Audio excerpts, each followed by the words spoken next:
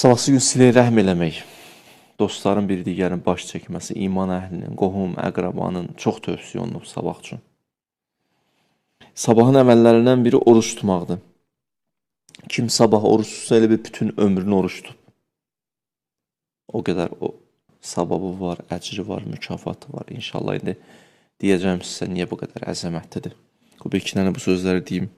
Sabahsı günün bir namazı var. Zöhrə yaxın idi. Zöhrdən bir 15 dəqiqə qabaq, 10 dəqiqə qabaq. 2 rükətdir namaz. Birinci rükətdə Fatihədən sonra İnnə ənzəlnahu fi leylətil qədr. Qədr surəsini oxumaq. İkinci isə buyururlar, ikinci surədə Qul Huvallahı oxumaq. Elə ki namaz bitdi. Bitəndən sonra səcdəyə getmək. Səcdədə 100 dəfə Elhamdülillah demək. Və 100 dəfə də şükrən lillah demək. Ki şükür olsun Allahım sənə bizi Əmirül-Möminin Əli əleyhissalamın vilayətində qərar vermirsən.